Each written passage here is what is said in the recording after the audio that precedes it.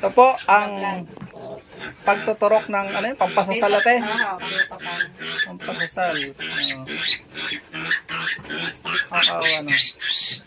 Obserbahan natin. Nangihina na nga po ang inahin.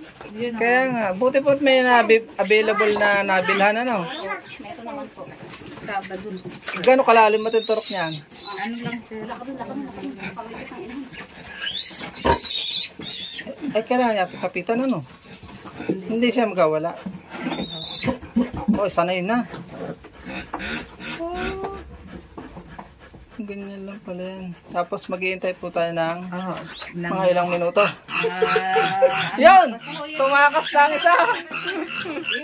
Katay mahal yan ngayon. Wala nang ESF. Wala nang ESF. Katahari na nga po maligtas ang inahin. Buhay yan. Pwede mo siyang turukan. Abangan natin ng kanyang kaligtasan. Oo, maliliksi na kayo. Gusto niya ng dumede. Wala pa. Yun, nahulog na. Wala pa ang inyong kapatid. Ayan na. Ano pa, nakaunga. Balik dito, balik. Balik sa kasama mo. Pagpalain kayo. May pusod pa eh. Oo. Itinalian lang yan sir. Ay, aantayin pa yung mag tuyo-tuyo. Makatapos oo, itong iba. Dahil maayos na ho yan. At natalian na naman yan. Ay, ilang turok yun ate? Uubusin po yan? Hindi ho. Ano may pinisilin? Iba naman yan. Antibiotic ko. Ano? Para huwag ma-infection. Ay, ikaw pala ang veterinaryo ng Malbar eh. Hoy, kayo makakulit. Balik. Balik kayo, balik.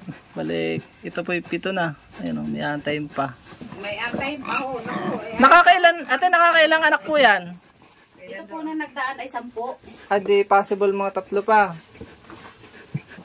Ayun, sumabit. Oy, makulit ka. Hindi pa sir tatanggol naman.